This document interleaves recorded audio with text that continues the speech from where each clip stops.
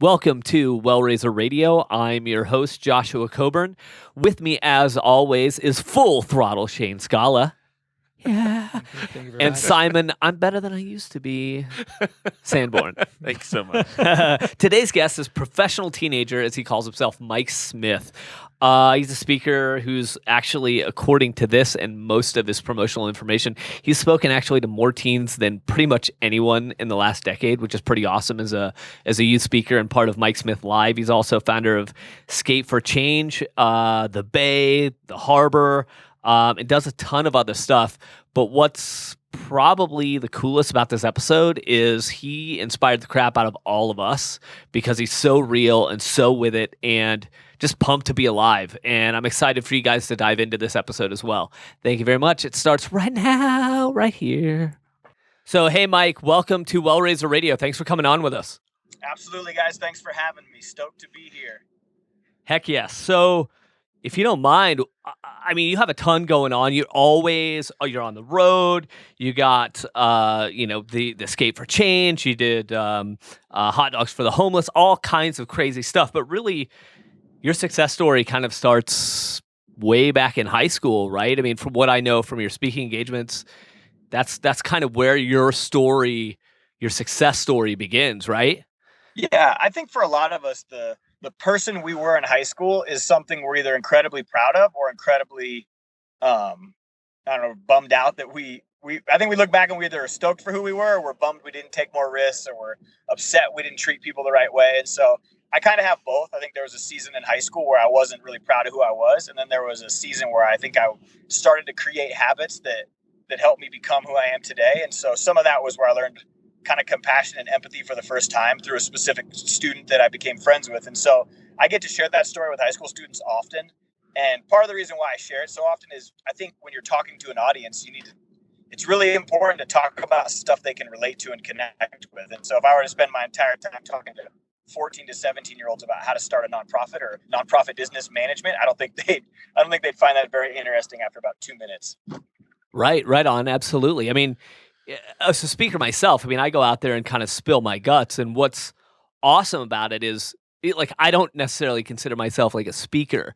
And I'm more of a storyteller. And the story I'm most expert in is my own. And I see the same for you. I think, honestly, that is why you're out there just killing it all the time. I mean, would you agree with that? I definitely think that I think we both can kind of fit into this like anti-speaker thing. It's really, yes. If you look at a person's, kind of like life goals or bio or whatever, a lot of people want to be a speaker, this, that. And I always tell everybody, like, I'm not a speaker first. Like I started 2 nonprofits. I have a huge heart for teenagers and working with homeless youth. And so I'm all those things first. And because I do those things, then it gives me a platform to speak. And so that makes me like the unspeaker, if you will. That's a great point. Do you think that, what sets you apart is that unspeaker kind of label that you just talked about? Absolutely. I just started a consulting agency with one of my best friends. And it's called Unlife. And part of it is because we love the unwords. I love things like being unlabeled, being, uncommon. I said this the other day that the only common thread amongst anyone who changed the world was that they were at one point in time viewed as uncommon.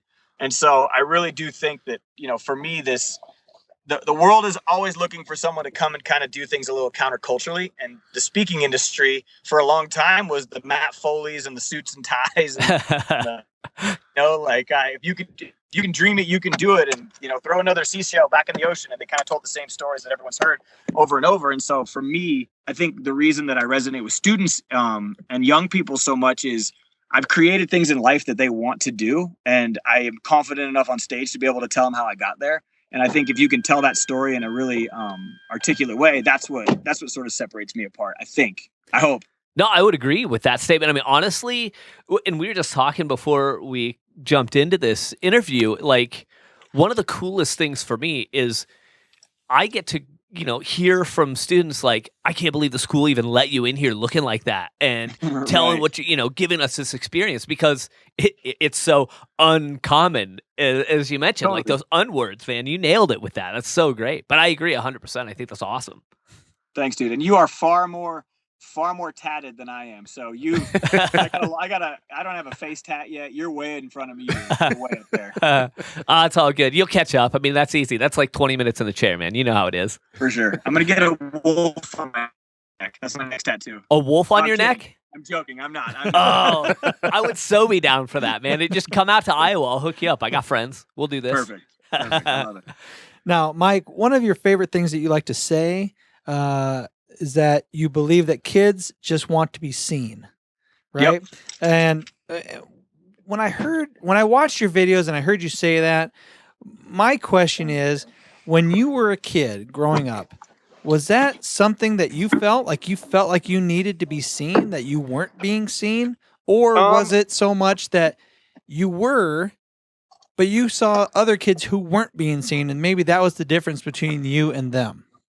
I think it was both. I absolutely think that is a both and answer for most teenagers. I think that, as I was a confident athlete who played sports, and there is this element of you play sports and a lot of times you play it to be seen. If you're good, you're on the court and people pay attention to you. And so there was I'm going to be seen because I'm doing this, and there is that part that drives a lot of people. And then when you walk the halls as a high school student, you always see those kids who feel like they're a ghost and feel like they're invisible. And, Josh, those are the ones that are probably the first kids to come and talk to you specifically, are the ones who feel like maybe they've been overlooked. And so to me, a big part of it is very much there's a group of students who don't feel seen. There's a group of students who are doing the things that they're doing so that people do see them and do pay attention to them. And so I think it's kind of human nature to want people to see you. And I think it's human nature to want to be connected. And I think young people oftentimes don't know how to articulate what they're feeling. But for a lot of kids, just to be heard, just to be seen, just to be noticed, just to have that person say that I'm paying attention to you and I care about you speaks volumes. And I guarantee you the kids that I talk to one-on-one after I speak, those conversations are far more meaningful than the hour I spent on stage. And that's because those kids that I spoke to wanted to be seen and heard, and I gave it to them in that moment. And so, I don't know, I really do think it's a valuable thing. And it's important for adults to remember that your kids, they're not going to remember the stuff you bought them, but they'll remember the time you spent with them. And, you coaches, you may not remember. My teammates, I don't remember the scores of games I played, but I remember the time that I spent with them. And it's in those moments where you're being seen and you're being heard. And so I do think there's a big part of that is what young people are fighting for today. And not just in real life, but online now as well. Yeah, I would agree 100%. I mean, and it's awesome to actually be able to conversate about this, because I really am not able to, for the most part, to discuss the fact that, yes, those moments, those messages like you receive after you've been to some school, or, the influx of students after that want to talk to you face to face. I mean, that's heavy. I had a friend of mine who also gets a lot of positive feedback online and people requesting things about life. And he's like, dude, the stuff you get is so much heavier than what I get. Like, my dad abused me and I cut myself and I don't want to be here. What do I do? My question to you is, do you carry that with you? How much of that do you absorb? I'm like you. I'm like, look, I see you. I feel you. I hurt with you. I get it. I've been there. But what happens after for you? Do you carry that on your back? Are you able to let it go? Are you like a duck? Is it just water sliding down your back? How do you handle that? I think it's sometimes sometimes I think it's a learned thing. I think you learn how to cope. I mean, I think about a person like a therapist or a psychologist who hears incredibly heavy stuff all day long and then has to go home and be a mom or be a dad. Sure. And so to me, I think you learn how to feel empathy and to be there and to offer. I'm always careful about saying if I'm offering advice or perspective, because I'm not an expert by any means in mental health. No question asked. I'm not an expert at all. And so I think just offering a perspective and a listening ear is really important. But yeah, I mean, I'd be lying if I said I haven't left schools in tears. It was a great day, but I left in tears because I heard one kid's story, and that one kid's story was so devastating and heartbreaking. And I think the hard part too is so much of what you and I hear, kids didn't pick that. Like, they didn't pick what they look like. They didn't pick where they grew up. They didn't pick their abilities on a field or in the music, the music room. Like, they didn't pick a lot of that stuff. A lot of that stuff is just DNA. And to be picked on for something that you didn't actively choose is really tough to understand when you're 14, I think. And so sometimes you just hear really tough things about parents and circumstances and where a kid's grown up or how many, foster care situations. When you get some of those really tough ones where this kid didn't choose anything that happened to them. Those are the ones that really, really break my heart, because you can't offer them anything. I can't say, hey, Right. try this, change this, tweak that. It's like, no, like a lot of what happened is just stuff that was so far outside the realm of their control. And those are the ones that really break my heart. Mm-hmm. No, I'm absolutely with you, man. I mean, some of those great days are capped with nights laying in that hotel bed alone thinking, my God, how lucky am I? Not only to be trusted with something they may not have told anyone ever, and how lucky am I to not have had to live that, but to experience those moments with them. Yeah, it's intense. I think, yeah, it's very intense. I think one thing I've learned from spending my life on the road these last 5 years and being around, the countless schools and kids and all that is, it's given me a different sense of gratitude. And I think gratitude's a big word that I'm going to start having a lot more conversations around, of just not saying it, but living a life filled with gratitude. And I think that hearing some of these stories has given me a different perspective on just how grateful and thankful I am for a lot of the stuff that I have going on. So absolutely. I'll agree with that statement for sure. Pause really quick. Will you text my wife and tell her that I can't answer the phone? She keeps calling. I forgot to tell her I was doing this. She keeps calling, being like, I'm screening her calls big time right now. So. No, it's all good. It's all good. Sure. I was waiting to see you tell me that. So sorry, I'm back. No worries, man. No worries.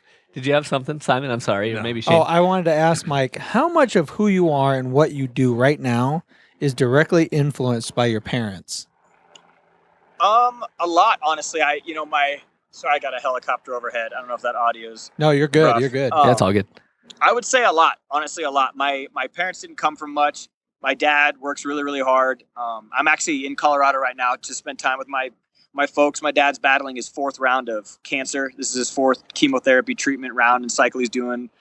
He's had it for 17 years. And so I think for me, a lot of who I am came from my parents. The grit to push through when things got hard. The fact that my parents my mom and dad, there was no silver spoon when we were growing up, and there was no, you don't have a summer job, or, my parents never once said, I don't want you to get a job because I want you to focus on your grades. It was very much, you better do both. You know what I mean? And so I think that my parents really made me who I am in a lot of different ways, and just seeing their work ethic and the compassion that they have for people, I think is definitely a huge part of what shaped me. And also my mom and dad were really honest about their own struggles and their own personal journey that they were going on in their marriage and individually. And so I think seeing my parents fail and knowing that, like, hey, people fail, like, life's hard. Your mom and dad aren't perfect. I think I learned that lesson. And I think a lot of parents try to shield their kids from this, like, you live in this little perfect little bubble. It's our house and nothing's wrong here. And my parents were very honest with me about a lot of things. And so I think that really gave me this sense of, I don't know, awareness, but also an appreciation for life's tough. Like, get over it and keep going. And did that allow you the opportunity to, like, take chances, to know that failing is part of what happens, and taking those chances and failing is what you grow from and you learn from? Is that part of that lesson that you learned from them? I think so. And I think some of that to me was always like, I don't know that people ever really expected a ton out of me. And so you kind of, if people don't expect a lot out of you and you fail, it was like, well, that wasn't that painful. And so, because I'm where everyone thought I would be anyway. And so for me, like, the cost wasn't, I don't know, like, taking huge risks to me has never seemed that risky, I guess. Like, starting another nonprofit, starting a business, putting yourself out there as a speaker, working super hard, pitching companies, trying to get endorsements or sponsors, like, never seen that scary, because them saying no wasn't like this thought of like, oh my God, my life is over. Somebody told me no. Like, I've never been, like, crushed by that, or, if I didn't get to play, my dad would never call a coach. He would just look at me and say, if you want to play, you better work harder. And so I think I've taken that life lesson everywhere in life. And so I don't know, I think my parents have shaped me a ton, but the ability to take risks has always been something that's, I haven't found the thing yet that's had me so terrified that I got paralyzed. Well, I think that's what sets you apart as a speaker. I mean, one of the things that I talk about a lot is vulnerability. I talk about taking chances. I talk about failing and failing forward, specifically because of every single reason you just mentioned. I mean, it's not that scary when somebody says no. It just means you ask again in a different way, or you ask somebody else better prepared. You know what I mean? That's really what it comes down to. Success is just based on a series of failures that you learn from. That's it. Period. You guys want to hear a crazy stat? Let's hear it. This is now, the millennials are bigger than the baby boomers, right? Like, they are officially the biggest group of people on the planet. There are more 18 to 34-year-olds right now, as whoever's listening to this is listening to this. There are more 18 to 34-year-olds living with their parents than living with their significant other right now in America. And the reason why is kids never learned the price of failure early. They got coddled, they didn't learn how to fail, and all of a sudden, when it hit them in the face for the first time, the first thing they did was run back home. And so I think that learning how to fail early, being able to take risks in high school, recognizing that getting fired, applying for a job and not getting it, going out for football, not making the team, asking a girl out on a date to have her laugh at you, all the normal stuff that teaches you a little failures along the way. If you can learn to cope with those and you can learn to deal with those when you become an adult, you're going to be so much farther in front of the curve of young people today, because, we give ribbons to kids for 6th place. You know what I mean? Right. Like, we don't, it's like, it's not a matter of like my kid's better than your kid. It's just a matter of kids need to learn that failure is the biggest part of success. And do you use that mentality, that idea, as you move forward when you talk to kids after those speaking engagements, when you have that one-on-one time where you really get to the meat of what's causing a kid struggles or issues? Do you let them know those kind of feelings and thoughts, that it's okay to fail, that you're not? I mean, I like the idea that you and Josh both support kids and let them be seen, for sure, but let them know also you might not be seen. So what are you going to do with it when you aren't seen? Are you going to sit back and kind of wallow in what's happening to you? Or are you going to step forward and make sure that you are seen? Do you apply that kind of mentality and that thoughtfulness that you just talked about to those kids that you talk to? Everywhere. If you have a conversation with me, the number one thing that I'm going to call you out on or have a conversation to you about is action, because that's what you control. So how much action are you actually putting into what you care about? How much work, how much time, how much energy, how much effort? And if you're not putting any in, well, there's a failure that comes with not trying, but you're obviously not learning anything. And so kids come up, and I'm sure, Josh, you get this all the time. Kids come up and say, I want to do ... And I'm always like, great. What have you done to help you get ... started, going, moving, whatever? And for the most part, it's just an idea. And kids fall in love with their idea. Young people fall in love with their idea. Adults fall in love with their idea. And so the biggest thing that I'm consistently push is it takes action. It takes courage. It takes guts. It takes hard work. It takes expecting to fail.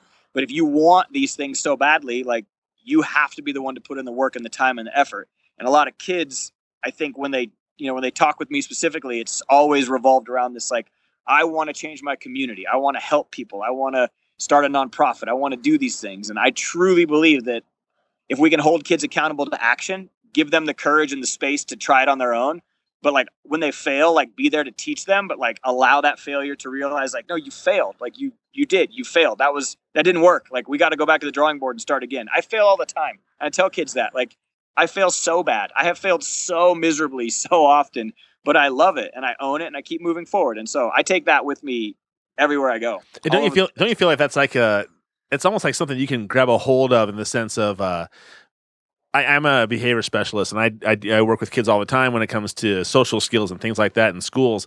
And when I tell kids they have permission to screw up or permission to fail, like you said, and I said, listen, I just yesterday I forgot to take the trash out. What consequence did that have? Well, I got stinky trash in the driveway. I got to wait till next week till I get it out there. But that's okay. That's okay. I'm not broken up about it. It's not a big deal. Now, somebody might get upset with me that I forgot about that, but I can just say, hey, next time I'm going to make sure I set my alarm on my phone. What am I going to do to solve this problem? And so I think it's always about letting them know that it is absolutely fundamentally part of being a human being. This is what I've said to lots of kids. Mm-hmm. It is part of your DNA to screw up. And it's only from learning from those screw-ups that you become a better person and you move on in your life. Now, we're going to have an issue if we keep on doing the same mistakes over and over and over again and we're not learning from them. But if we can step up and we go, oh, I really messed up here. What can I do to change this? Then's when that real learning takes place. And when somebody knows that they can have a chance to go, okay, I'm going to take a leap and I'm going to fail at doing this. But that's just, I learned from that. And so you feel, is that like the biggest, that must be like the biggest thing that you really hold on to with these kids when you talk to them? Say that again. That must be one of those items or those opportunities for you to really hold on with kids, of saying it's absolutely okay to fail.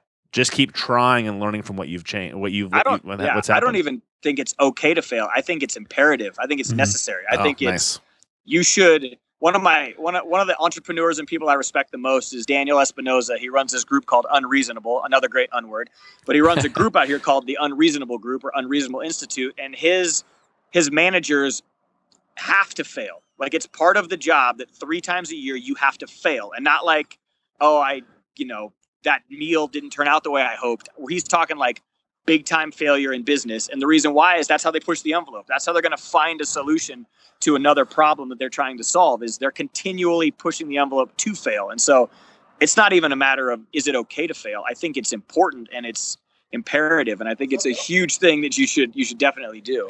Now, Mike, it seems like everything that you're talking about is contrary to the social norms of what is happening today in schools, in society, in social media.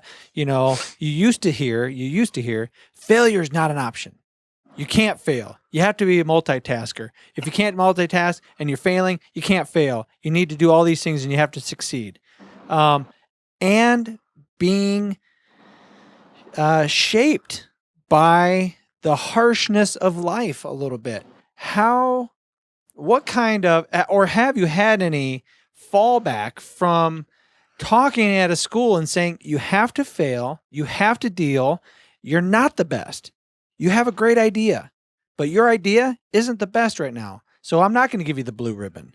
That's a great question. Mm-hmm. Do you get feedback? Do you get negative? You do. You know where you get that negative feedback, and this will be fun to air, I guess. But you get that negative feedback from college kids on Twitter, and that's the only place. Really? That's it. Yeah, you're only gonna get you're gonna offend some kid on campus who, the classic thing with kids today that cracks me up is they don't want to be called children, but they don't want to be treated like adults. You know what I mean? Like, right. they want this level of I'm an adult, and then it's like, cool, so pay your bills and move out of your parents' house and go do adult things then. But a lot of kids, I think a lot of the pushback for me, if you call out a person's action, like if you call out what they do with their time, because then it's between them and themselves. Like, right. If I call you out on the time you spend doing whatever you do, that's not between me and you. That's between you and yourself. And it gets really lonely when you haven't put your time in to put yourself in a position to do whatever it is you say you are or want to do. And so, but my pushback, nah, I don't think so. I mean, I think most people get it. It's pretty human nature. I mean, you can, look at Abraham Lincoln, like the guy, we just did an episode of the Harbor TV about failure, disappointment, and reject. I got to talk a lot about this because it's a topic that I speak to often. And so Abraham Lincoln was one of the most failed politicians ever. If you look through his just Google Abraham Lincoln failure, and it's 22 he failed, 26 he failed, 27 his fiance passed away. He didn't win an election, didn't win this, didn't win that. Goes on to be the 16th president, abolishes slavery. We would be living in a very different America today if Abraham Lincoln did not become president. And he got there on the back of many, many failures. And so you look at our American history and how this country was even formed. A lot of it is due to epic failures that leaders had to endure. And so I think that's a big part of it. But yeah, I think my biggest pushback is a couple angry kids on Twitter, and that's about as deep as because what you're saying is exactly like your example. It's old school. It reminds me of how I was raised. Not everybody got medals when we got done with a soccer game or a baseball game. Right. And now we had the helicopter parents. That was the term that was used for a long time, where parents would just hover over their kids constantly. And now we have a term called bulldozer parents. And I don't know if you've heard that or not, but these bulldozer parenting styles, they're clearing away all the challenges that their child could face. And it's probably one of the most harmful things that you could do to your child by removing all obstacles. Well, yeah, I mean, I think how in any place in the world, whether it's business, relationally, how has that ever worked out okay? Not teaching someone conflict resolution, right? Not letting your kid fail and own it. How has that? Well, I don't have a degree in this stuff, but it doesn't take me long to realize the end result of that's probably not going to be a bunch of gritty, figure it out, work your tail off people, And so, but I mean, time will tell. And I don't want to think, because I do meet kids who are insanely resilient and have a ton of grit and are starting companies at 15 and, are sacrificing and are amazing students. So I meet these kids that are doing epic things and parents who teach their kids great values. It's not all bad out there. And I think sometimes we can get caught in the doom and gloom of this generation is going to be the worst generation ever, which has been said about every generation. Every generation. Yeah, for sure. And so, I don't always want to get caught up in all of the like doom and gloom, but I do think that, people have to fail and kids got to be okay with it. And I think for parents, I'm not one. I have a dog. He's awesome. But I even look at my own dog where it's like, if my dog messes up, did my dog mess up, or is that like a reflection of me as a parent or a person? Right. I think that's what happens to parents is when your kid messes up, you take that as a reflection of you as a parent. And I think that's why there's so many helicopter/bulldozer parents out there is whatever perception of their kid, is that a reflection of me as a mom or a dad or my parenting style? And a lot of people aren't either comfortable with it or confident in it or are terrified of what another person might think. And I think that's where a lot of that comes from. And a genuine concern for your kid, obviously. Right, sure. Yeah, definitely. To go back just a bit, I love that you brought up kind of putting in the time. Kids, the thing I hear the most is, I want to be a rapper, I want to be a writer, I want to, I want to be a lawyer. It's like, if you research the time it takes, the education it takes, are you writing every day? What are you doing to make that? I just did a video today. Like I'm sacrificing a Friday night to come in here to talk to you, to make awesome stuff happen, to reach more people. I'm putting in time and I'm giving up other things. And that's the other question I posed. What are you willing to give up for it? And then the response from kids I get a lot are, well, I don't know, or my parents or whatever. It's a lot of times an excuse. What do you hand them back? For me, it's like, well, that's your choice. If you're not willing to give up something, you're not going to get results. What do you hand them? I just tell them they don't actually want it bad enough. Like, you just don't. Like, if you... I don't know. I love that you're so straight about it. Like, you don't want it bad enough. I love that. Well, that's like, at some point, like, you gotta hold someone's feet to the fire when it comes to time and action. And that's why I said I spend a lot of my time talking about that, is like, you just don't want it bad enough. And maybe you will someday, but here's what I think a lot. And I've like thought a lot about this and I haven't really got a chance to articulate this. So I'm glad that I get a chance to say this. So some of this is like the first time I've ever said these thoughts, but Ooh, Wellraiser exclusive. I think for sure you got it. So I think to a kid, if a high school kid is listening to this, especially you seniors out there, here's what I think's happening in your head. I think there's this movie being played out and everyone's the main character in their little movie. And your movie is either it's a drama, it's a comedy, it's a tragedy, it's an action film, it's whatever you decide. And so there's this little movie playing out in your high school head. And the big moment, like the big climax for so many kids, is that minute they hand their resume to someone to get the job of their dreams. They're like living for this. I handed you my resume and all of my accomplishments from high school and college are going to be laid out in front of you on paper. And you're going to read these accomplishments and you're going to give me this dream job and then my life will be set. And I think that we feed into this for kids. We feed into this like resume mindset. And I don't think what people realize is your resume doesn't mean anything. It's who you are after you turn that resume in. That's actually going to separate you from everyone else and determine how successful you are. And so I think what happens to so many young people is they want to build in the time and put in the time that resume is going to look epic. So they'll do their community service hours because they have to, or they'll get the great grades because their parents told them you have to get perfect GPA to go to the perfect college. But what they don't realize is the real world where I live and where I work and where I hire people, the one thing that stands out to me is a person who's put in hard work and time and has a passion for the craft, especially if the job I'm hiring for is specific. I can tell what filmers and videographers had side projects and worked their tails off and tried to push their craft. And I can tell which ones did the exact amount required to get an A in class and no more, no less. I can tell what student council leaders led because it was going to look great on a resume someday. And I can tell what student council leaders led because they had a burning passion to change their school and a burning passion to make an impact. And those things those don't show up on your resume, but those show up in real conversation. And so hard work and time, yeah, you can write it down on a piece of paper, but I'll find out about 2 questions in how real and authentic that hard work and time was. And that's what I tell students all the time. It's like when you want it bad enough, when something is in front of you, when that carrot at the end of the stick is big enough and it's so real to you, you will put in the time. You will find a way to put in the time, or you'll get buried in your own mind, deep trapped into these thoughts of like, I can never get there. But the habits you make and the habits you create in high school are the things I think that carry you through when you get to college and you get into your adult life. And so it's, how hard habits are to break.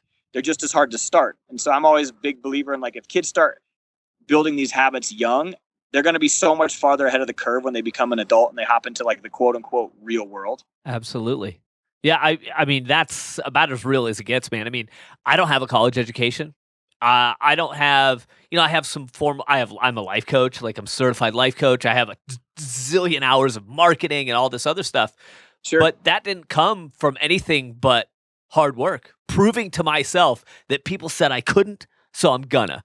So Yeah. I can definitely stand behind you there. I mean, that's so amazingly stated, because after you get that, diploma, after the resume is ready to rock, that's looked at once. You have to prove yourself over and over and over and over again. I mean, look at anyone at any level, that's, from superstar, you're only as good as your last great hit or your last concert or your last number one. You always hear that. You have to keep pushing it. You have to keep pushing yourself harder and harder every time. Absolutely.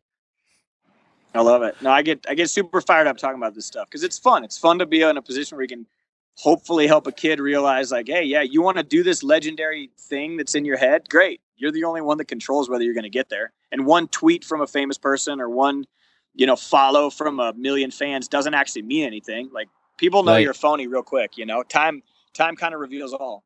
Absolutely. And to address, you brought up the harbor, and I also know you have something called the Bay, right? Which kind of embraces these kids that need a place to go, correct? Got that on the hat right there. Look at that.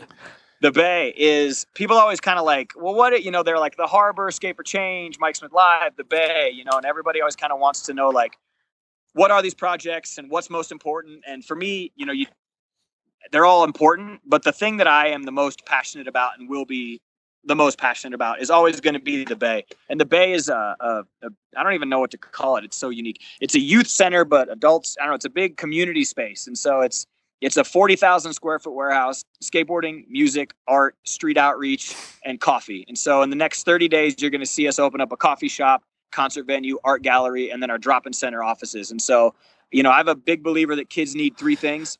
They need somewhere to go, something to do, and people who care. And when one of those three things is broken, that's when we start to see a lot of, issues pop up. Small town kids might have a ton of people who care, but they have nowhere to go and nothing to do. You might be in a big city where kids have a ton to do, but they don't have anybody who cares. And so you find, when one of those three things are missing, we miss it. And so for me, I started with skateboarding, and our skate park is awesome. It's great. It's $5 all day, and we have 200 passes for kids who can't afford it. We give out a ton of free skateboards. It's great. Phase 2 that's opening up is the coffee shop, concert venue, art gallery. Our baristas are going to be a mix of college girls and at-risk girls and high school dropouts and teen moms and former prostitutes and girls who are at risk of being sex trafficked. Awesome. And, your cup of coffee may be served by a girl that's going to law school, or your cup of coffee might be served by a girl who spent that night in the homeless shelter, and you'll never know the difference. And I want to keep it that way. That's so awesome. For us, it's a big matter of, it's an empowering space for young people, and it's incredibly dignifying. And my dream is just to give kids something to be passionate about and encourage the heck out of them. And whatever I can physically do to help them get to wherever they need to go, I want to put all my time, energy, and effort into creating places like this that inspire and equip young people to just be legendary. But my big thing is very much, it's not a place for an at-risk kid. It's not a place for a poor kid. It's a place for any kid. And this is a place where you can walk in there and you wouldn't have a clue who was on which side of which fence. And that's incredibly edifying, and it gives people their dignity. And I believe a lot in that. I'm almost overwhelmed. I feel very lacking. I feel very lacking as a human being at this moment. But I'm almost overwhelmed by the energy that Mike is putting forth to the community, to the world, traveling around, talking to students. Now, one of the things I wanted to ask you is I watched a few of your videos before tonight's interview with you, and you donate, it seems like, every moment of your day to somebody or something, and it's not for you.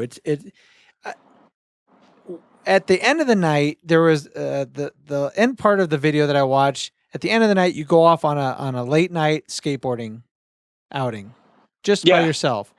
Is that your is that your moment for meditation? Is that your moment just for you? And is that enough? is that enough? Because like I just said, I'm overwhelmed by your energy and what you're doing, but I'm not even you. You're actually doing all these things, and you're caring about all these kids. You're caring about all these different groups. You're caring about the next generations that are growing up. I'm exhausted. How do you deal with it?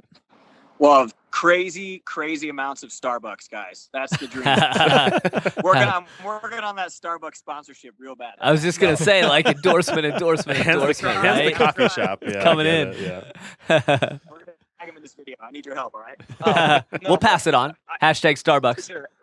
Here's the trick. Here's the part is like, is it selfish? We'll just ask it in a different way.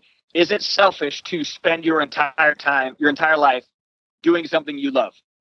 Like, it's a question. It's a very fair, valid question I could ask all of you guys is it selfish of you to spend your life doing the thing that you love the most? And I think that for a lot of people, sure, that could come off as selfish. And if that's selfish, then I am the most selfish human you have ever met in your entire life, because I've created a life for myself where I get to wake up and do the things that I am the most passionate about and I love the most. And that is very fulfilling and rewarding, at the same time exhausting. And so my life goes in seasons, and Josh, you know this as well as anybody else. Your life goes in seasons. There's times where I'm on stage speaking and it's at a pace that no one else on the planet, I truly believe, is doing. But then there's times where I pull all the way back. I hit the e-brake on speaking and I dive in 1,000% as much as I can into, building out my nonprofit space, and I dive into creating the harbor. And so life goes in seasons, and there's adventure in the middle of all of it. And there's stories, and my wife gets to travel with me and my friends get to travel with me. And so in a lot of ways, like the stuff that I love and the stuff that fires me up and that I get so stoked about, yeah, it's helping people, and it's trying to inspire people to be greater than they were yesterday. And it's really, calling people to action and creating TV shows and series like The Harbor. I love that stuff. I love it. But in a weird, twisted way, like, doesn't that make me insanely selfish that I wake up every day and do what I love? And it's taken a lot of hard work to get there, but it also gives you this energy and it gives you this sense of passion. And I wake up every day feeling like today could be an incredibly important, game-changing, life-altering day, either for myself, my staff, or another person. And I think when you wake up with that expectation of every day, like, what a kick-ass life, I think. 100%. So for a lot of people, if you wake up every day and it's like, well, it's a random Wednesday and I'm going to show up 10 minutes late, take a 10-minute extra lunch break, try to cut out a little early because I got my 3 Netflix shows I need to binge watch tonight. Like, you start to live that way. And if that's the habit, it's like all of a sudden life becomes this, you wouldn't believe how many times people tell me their 9 to 5 is exhausting. I want to be right. Like, no, I remember my first part-time job too. Like, I remember that. Right on. Yeah. You bringing up the fact that, like, you get up every day, you get to do what you love, and that's super selfish. Like, people, I have 2 wonderful children. I said I'd never have kids. Why? Because I knew where I was headed, and I didn't think I'd have time for that in my life because I was selfish, because I wanted to change lives. I wanted to change my life. I wanted to impact people all over the planet. And guess what? I get to do it. Do I burn out? Hell yes. I crash and burn sometimes because, like you said, it goes in seasons. I just totally got over that. But it feels good to know there's someone else out there doing it as well, and being as passionate, equally, possibly more passionate as myself. Something that when I met you, I don't know, a year ago or whatever, that I recognized immediately, and you just brought up again, like, that you were so humble and you're so willing. Like, I would be your competitor because I speak sometimes, right? I hit schools and stuff. But when we shook hands, we immediately bonded over the fact that, like, hey, we do this. It's like, well, what do you do to make it better? What do you do to get out there for business or for this? And you were just like, here is all this, Josh, here you go. And that helped me. It changed some of what I do. That is a massive testament, not only to what you're doing for students, but to peers, to other people, to other adults. Just to get that out there, like, that's a big freaking deal. Not a lot of people are willing to do that. So thank you for doing that for me. And I would never, and I know that there's and maybe this is where being like the unspeaker in me kind of comes out, but like, I don't think I would ever look at you or another speaker like they were my competition. I always kind of look at it like, if a speaker goes into school and brings an insane amount of value and helps that school in a huge way, that's going to open the door for when they stumble upon what I'm trying to do and say, well, that guy worked, so maybe this guy can work, or that girl was great, maybe this girl can be great. And so, we work on, there's 20,000 high schools in America. You could speak Right. with, you could speak to 100 schools a year, which there's only 180 school days, and you wouldn't even scratch the surface in a 10-year career. So Right. I think for our industry, it's like, well, no, there is no competition here. If we set the industry standard and the bar for what we do gets raised to a level that is incredibly, incredibly impactful, that opens the door for a lot of us. And so I think the best thing in the world that can happen is 50 insanely talented youth speakers or corporate speakers come on the scene and absolutely kill it. Because that's going to open the door for guys like me who, want to use that platform to inspire people. And so to me, you being the best youth speaker in the world, or, I'm not the greatest youth speaker ever. I might be the busiest right now, but I'm not the best youth speaker ever. I'm not even a great speaker. I just am passionate about what I talk about, You're a great unspeaker, though. You're the best unspeaker, right? I think I'm the only one. Yeah. That's lonely at the top in your own industry, guys. But that's how you create the empire, right? You create it, and then you become the only one. You declare yourself it, and then you become it. I thought you just said that's how you create the umpire. Like instead of an empire, it's the un-empire. I was like, I like what you did there. I didn't, but I should have. You can go ahead. I'll TM that. You can use it anytime you want. Take it. It's all yours. Well, I'll go one step further and say that a lot of teachers who are out there are hoping that if I can impact one kid in the lifetime of my teaching career, I've had an impact. And so I would assume that you guys as speakers are like, if I don't care how many motivational speakers are out there talking to high school kids, if we're going to help kids get past problems, become more self-reliant, move past self-harm or suicide, things like that, it doesn't matter to me at all if there's 1,000 of you guys, if each one of you can help a kid out. I mean, holy cow. I mean, that's all that matters. I mean, I would hope that would kind of feed into what the philosophy you were just talking about. Yeah, they'll never be enough. I mean, take the term speaker out and just put in what it's supposed to do. A person who's supposed to work and inspire young people to be great, to live humbly, to not commit suicide, to treat each other well. We're never going to have enough of those people on the planet at one time. And so that the job description, take speaker title out and put job description in. We need people like that more than ever. And so we're great. We're great. There's no competition in my mind. It's just if anything I can offer of advice or perspective is helpful, I always tell everybody, take it, steal it, run with it, use it. Like, you're not going to offend me. I'm not going to stroll onto your site and be like, well, that guy ripped off everything I'm doing. Take it all. You can wear snapbacks, tattoos, long hair, just as long as you're happy. Good. I can't skateboard with a crap, so I'm kind of screwed here. I can't copy it too much. I'm terrible, and it's all right. Now, besides your motivational speaking, because we've been talking about that a lot, you also have Skate for Change, and yep, you have a lot of things going on. I just went on and on about how exhausting you are just listening to what you have going on. It's great. He means that in a positive way. Yeah, I do. It's absolutely compliment accepted. Perfect. Awesome. But you also have this Skate for Change, and you also care a lot about changing the environment of your local community, about changing the lives or helping with homelessness. I'm flabbergasted by, I'm not flabbergasted by how big of a heart you have. I'm flabbergasted by, like, what was it back in the day that made you say, you know what? I don't really like the world. I don't really like where we're heading. There's a lot of little aspects that we need to work on.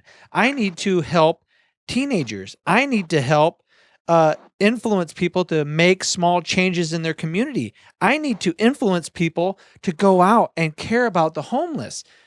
What was it back whenever? What was it that made you just open up like this? Yeah, I mean, I think things come in seasons. They didn't all start at the same time, and not all of those have happened. It wasn't like I flipped a switch and speaking, the Bay, and Skate for Change all existed in the same moment. And so part of what happens to a lot of people is I don't think people recognize when an insane opportunity is staring them in the face. And maybe some of that's fear of trying. But for me, if you think about Skate for Change, and I'll explain it for those listening that don't know what it is, but Skate for Change was literally 5 years ago, I started skateboarding around, giving out socks and hygiene kits to the homeless.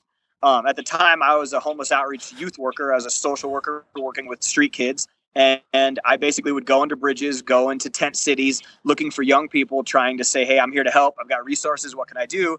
But you can't walk into those places empty-handed. And so oftentimes I would give socks, give stuff, build relationships, try to help people get off the street. It was very much a part of what my day-to-day was.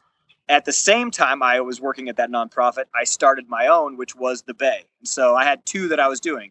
9 to 5, I was a street outreach worker. And from the minute I got done doing that until I went to bed, I was, creating my own nonprofit. And so as a kind of a cosmic effect of that, when I kept skating around handing stuff to the homeless, teenagers saw. And the first time a kid asked me if they could go with, I thought in my head, well, what an incredible way to show a young person empathy. What an incredible way to empower a teenager to be all the things that I want teenagers to be, which is a person who cares about their community and cares about their surroundings and wants to give an impact. And so I just opened up what I was doing to teenagers, and it was so simple. Giving out socks is so simple. I just opened it up to young people. And because of the simplicity of it, and because socks is something that I think everybody can appreciate, we all know what it's like to put on a crappy old pair of socks. Not a lot of us know what it's like to wear that same pair of crappy old socks for 30 days while living outside. And I think that that's a very humbling thing to think that a lot of people on our streets experience that. And so socks was a very easy thing to explain to people, and it exploded. Not because I had a business plan that it was going to be, today it's 100 cities, countries all over the world. They're going to potentially feature it during the Olympics in Brazil because our Brazil chapter is insane and they want to talk about some of the culture down there. So they hit me up today about this opportunity to talk about Skate for Change Brazil, which is crazy. But it was just an overflow of who I was and what I was doing. But if you think about Skate for Change from maybe a different perspective of, it's not just helping homeless people, it's not just giving out socks, but it's tangibly showing a teenager how they can make an impact. Something as little as socks means a lot to someone. And if you show kids that and you give them that opportunity to say, I'm not going to give out the socks for you. You're not going to drop them off in a box at your school for your local school sock drive. You physically are going to go where a homeless person is and give them socks. And when you experience that, I think that's when we start to show kids empathy. That's when we start to show kids what making an impact is all about. And it's taking it out of the hands of their parents or their teacher. And it's literally putting it to the hands and feet of a teenager. And that to me was a huge reason why I wanted Skate for Change to be as big as it is and why I spend so much time talking about it. And honestly, why I think it has the success that it does is because it doesn't cost any money. It costs you time. And I can't tell you how many stories I've seen personally or heard of. A kid gave his own socks off of his feet to a person or gave his own shoes off of his feet to another person. And that level of empathy that kids are actually experiencing is to me a huge part of why I love Skate for Change so much. And yes, we are helping homeless people in the process. And so it's an awesome win all the way around. Unbelievable. So, I mean, fantastic. Yeah.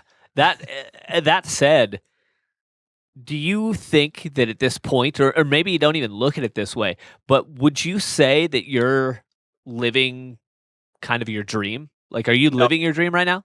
No way. Not even close.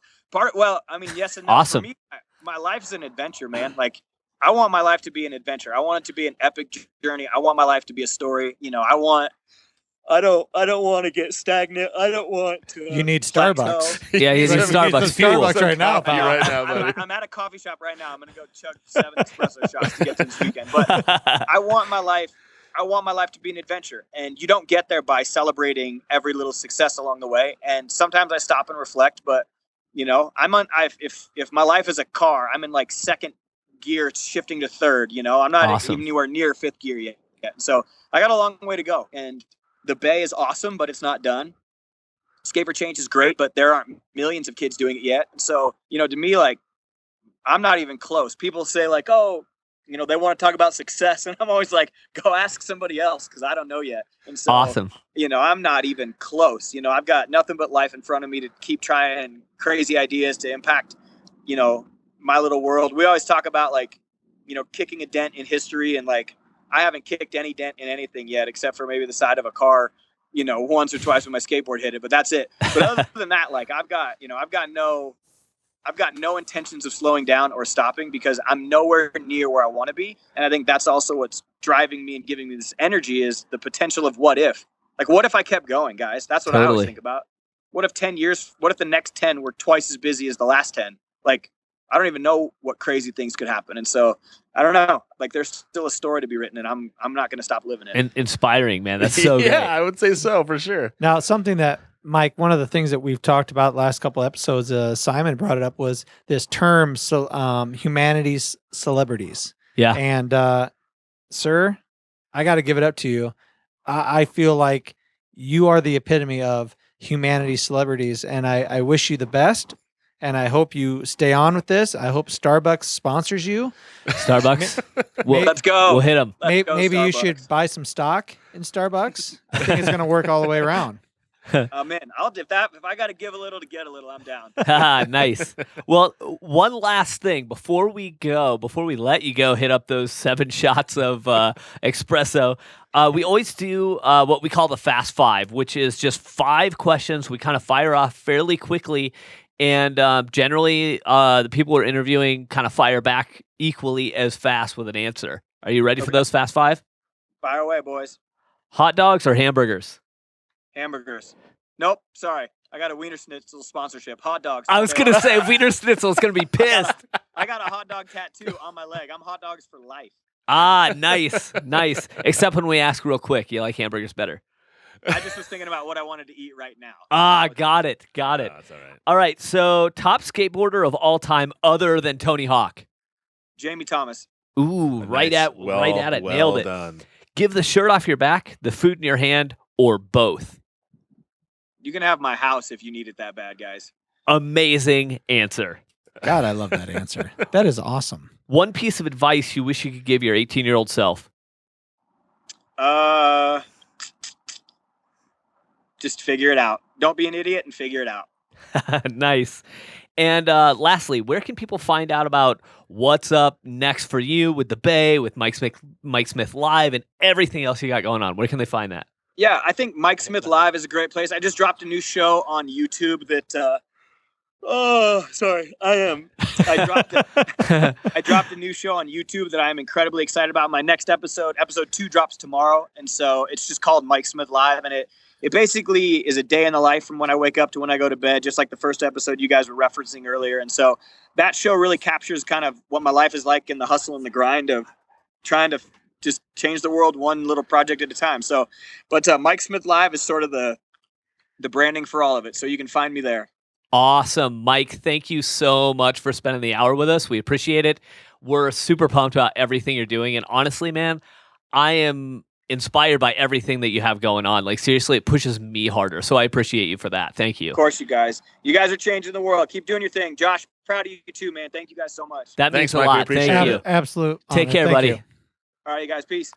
Bye. Mind-blowing, right? Yeah, that's good.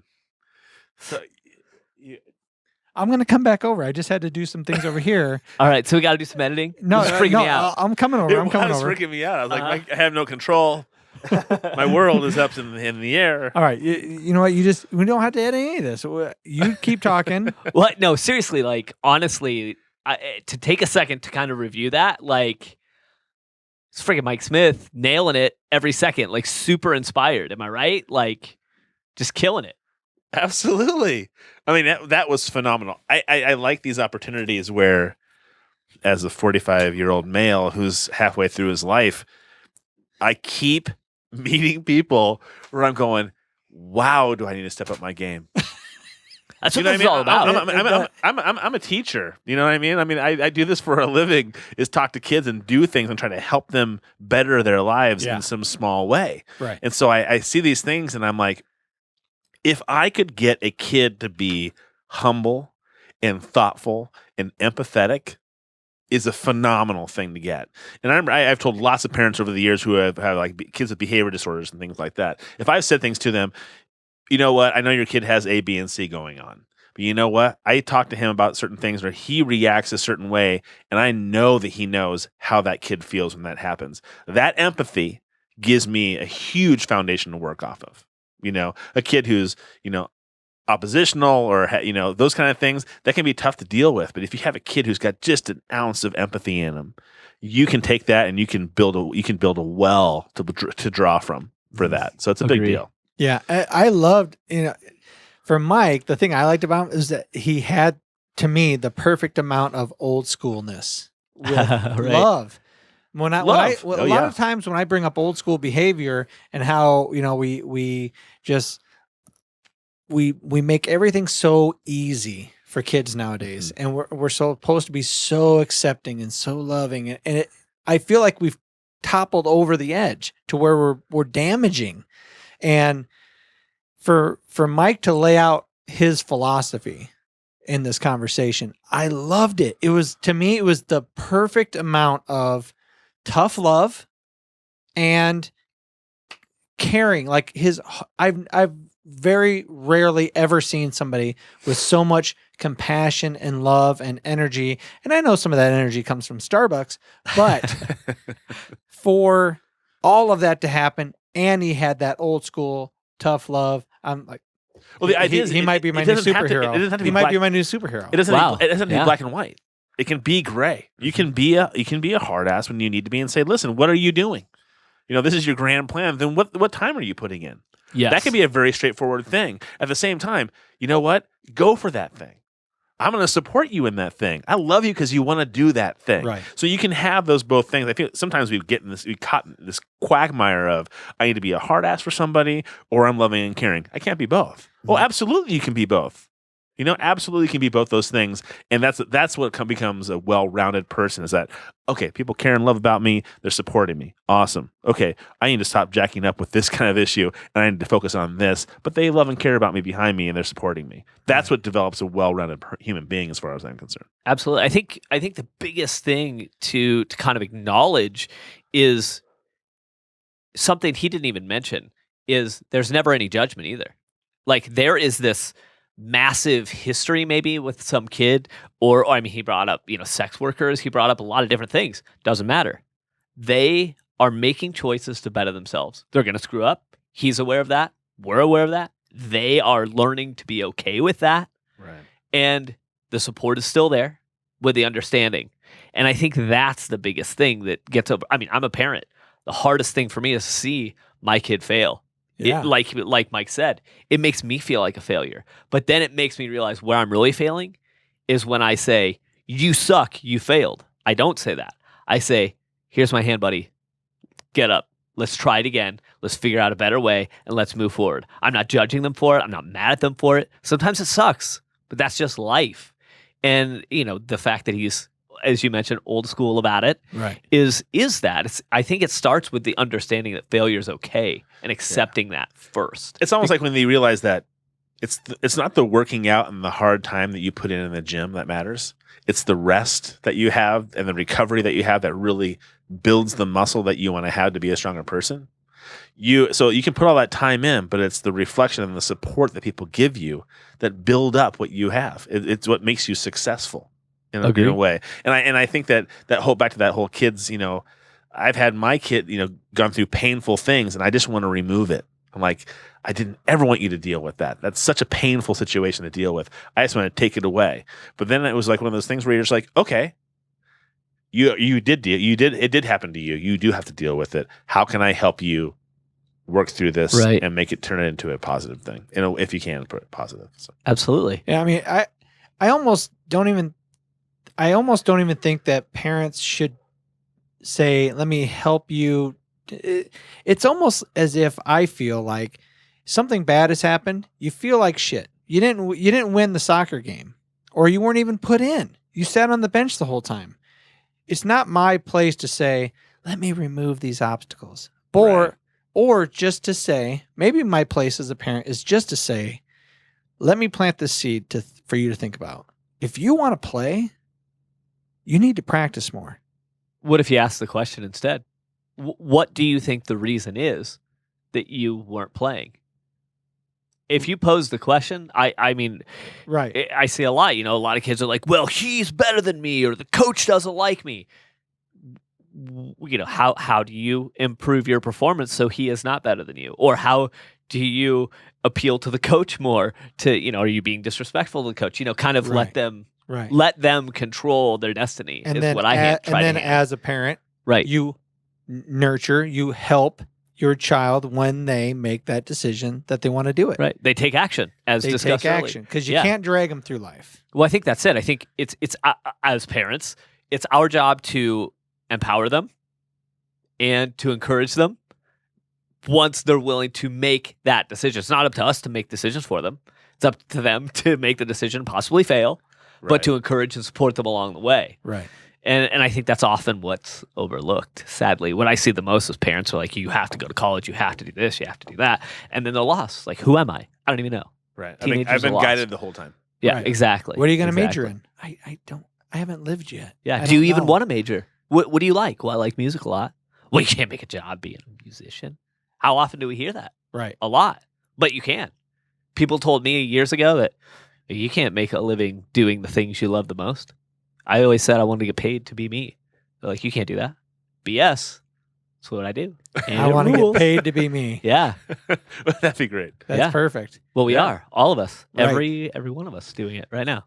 Look at us. Joshua, Yes, sir. what's coming up for you, sir? You know what? More episodes of Wellraiser Radio, episodes of The Relief, which can be found on joshuacoburn.com. And just general greatness that can be found on social media. And you, sir. Word. We are going to be having a fairly large event in June Oh, yes. where we are going to open our doors to anybody and everybody who wants to try their hand at voiceover work.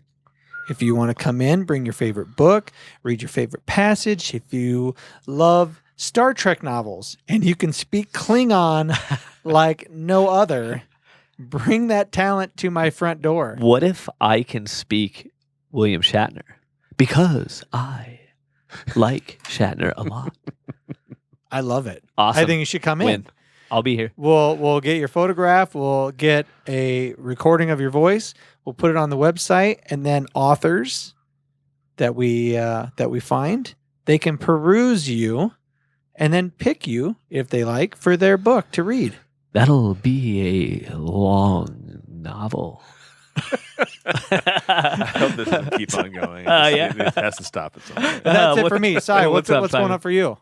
For me, Yeah. well, I get the opportunity to produce the Bandwagon podcast here at TPS Media. I get the opportunity to produce CVO Gun Talk with Ernie Trow, Jackie Live with TPS Media, The Primal Scream with TPS Media. So I just have my fingers in a lot of little things here and there. But I get the opportunity to listen to a lot of wonderful people with lots of wonderful ideas. Josh really wanted to say you have your fingers in a lot of pie. Something like that? I feel like Inappropriate? yeah, inappropriate. Maybe- This is sorry. we can't rate it. This is PG-13 for the most Way part, minus Yeah. minus some occasional S bombs that come out of cussing Shane Scala's mouth sometimes. So anyway, huge thanks to Mike Smith That was for fantastic. Absolutely. jumping on board with us. I mean, that friggin' rocks. Be sure to check out more episodes of Wellraiser Radio on iTunes, Stitcher, YouTube, joshuacoburn.com, and Google the crap out of that. If you're struggling, hit up the Relief and Resource Center at joshuacoburn.com. You can also, at joshuacoburn.com, submit questions for future guests, which we'd love to ask them and answer on the show. Otherwise, guys, here on Wellraiser Radio, there is No judgment. Just kindness. boom. Thank you very much. Latest.